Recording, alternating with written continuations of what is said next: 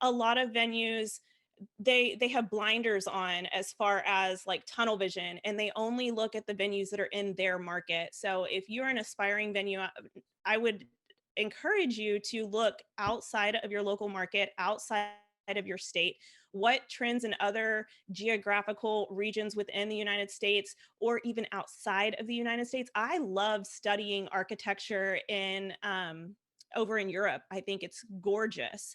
I would love to see more European style venues come over here. Uno, dos, tres.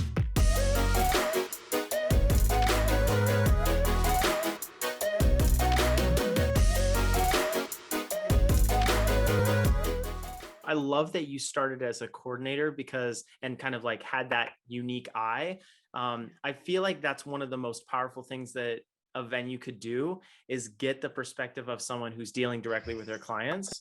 Yeah, And I just don't feel like enough venues do it. And that's kind I of one of the agree. things that even as a venue management company, and as we've worked with some of the venues, I've even wanted other, coordinators to come and like, please look at this from a planning perspective, from a coordination perspective, from the couple's perspective, because we're not necessarily looking at it that way. We're looking at it Yeah. from a property perspective.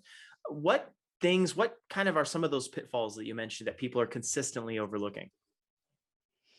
A lot of them overlook client experience. Okay. I am huge on client experience. You can book a consult off of my website, just like an hourly consult. And almost everybody that does, they want to talk about, especially if they're an existing venue already or a seasoned venue, they come to me and they say, my market is getting oversaturated. All these new kids are coming into the block. They look beautiful and trendy, and I'm kind of old news. How can I revamp my venue? And 9 times out of 10, I'm going to tell them, don't dump your money into renovations unless something needs to be brought up to code. You need to step back and take a look at how you can have a higher client experience, because I truly believe that that is a huge area that's overlooked with venues. A lot of venues, they not that they think that their couples are just a transaction. It's definitely not. I don't want to speak bad on that. Um, but I think that it is like that's not the first thing that they think of is up leveling their client experience. They think of aesthetic, they think of um anything else, and that is usually an afterthought. So I think that that is the easiest thing to set them apart, as well as one of the cheaper things, honestly. Totally. I love that you said that. I feel like as kind of the 500-pound gorilla in the whole entire, you know, field of a wedding, like, if you think Yeah. about an entire wedding, a lot of the money is going to the venue, you know, Yeah. a majority of it is going to the venue. And so because of that, if a venue is situated really well on a beautiful piece of property, or aesthetically they are really, really appealing, they kind of know that they have, I don't want to say the upper hand, but they know that they're going to get the bookings. They know that when they do the tours, there's kind of a calculated amount of, inquiries that they're going to get based on the marketing, SEO, all the other things. And so they can, I don't want to say slack, but I think I'm with you. Like they can kind Right, of right. not focus on the client experience as much, because they know that even if it's kind of sort of off, that couple wants to get married near that waterfall or that gazebo or that whatever Yeah. physical thing.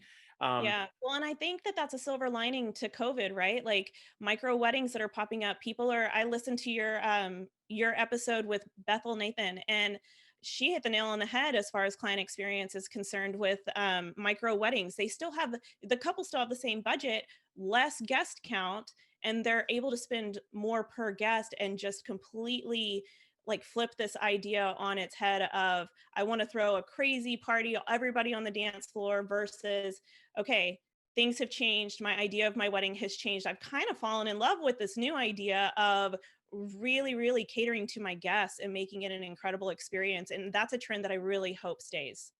Okay, so let's move into that because I'm excited to talk to you about kind of understanding as a venue, as a new venue comes into a space, or maybe even you're an established venue, you kind of want to differentiate yourself a little bit. You talked about client experience, but how do you feel about a new venue coming into a space and maybe being like a lookalike venue? You said that there, 2019, you saw some of the shifts in people starting to differentiate themselves. What advice would you give someone who's just coming into the space? They're like, I have a beautiful piece of property. I want to start a venue. I've got a barn, to your point. How do they stand out among the 50 other barns that are in a, 20-mile radius? Yeah, so I'm going to give an obvious answer, and then I'm going to come back and flip it on its head for you. Love it. First obvious answer is a lot of new venues, whether they went to their cousin's wedding and were just blown away and their eyes were open, like, this is a really big, profitable business. I can totally do this. A lot of venues, they have blinders on as far as like tunnel vision, and they only look at the venues that are in their market. So if you're an aspiring venue, I would encourage you to look outside of your local market, outside of your state. What trends in other geographical regions within the United States or even outside of the United States? I love studying architecture in over in Europe. I think it's gorgeous. I would love to see more European style venues come over here. But what trends and architectural aesthetics can you bring to your market? That, for one, is going to set you apart. The aspect that I want to, go ahead. I have a quick question about that. So it's tricky because do you feel like that may be a double-edged sword? You're going to have this beautiful European architecture maybe, but maybe everyone in Houston is looking for a barn wedding or something like that. Have you found that that's kind of backfire? Because sure, it could differentiate yourself, but maybe in a bad way. What's your thought on that? That's the perfect question to segue into. Me flipping this information on its head is doing your feasibility study. Yeah, so we run a lot of feasibility studies for our clients. I had one client that came to me and said that they had 2 different properties in 2 different metropolitan areas, wanted me to run a feasibility study on each and tell them which one they should build on. So we did that, and one was an easy no, because when we ran the report, we saw that within a 21-mile radius, there were 19 other venues. So obviously that's a no. That market is way oversaturated. So we pivoted and we started building in the other property. But I also had another client, through doing a feasibility study, what we discovered, she initially obviously wanted to build a venue. What we discovered within the study was, this actually isn't the perfect market for a venue, but it is a perfect market for a boutique hotel. So let's flip the script. Let's go back to the drawing board and take a look at what that business looks like. And we did, and she is incredibly successful now.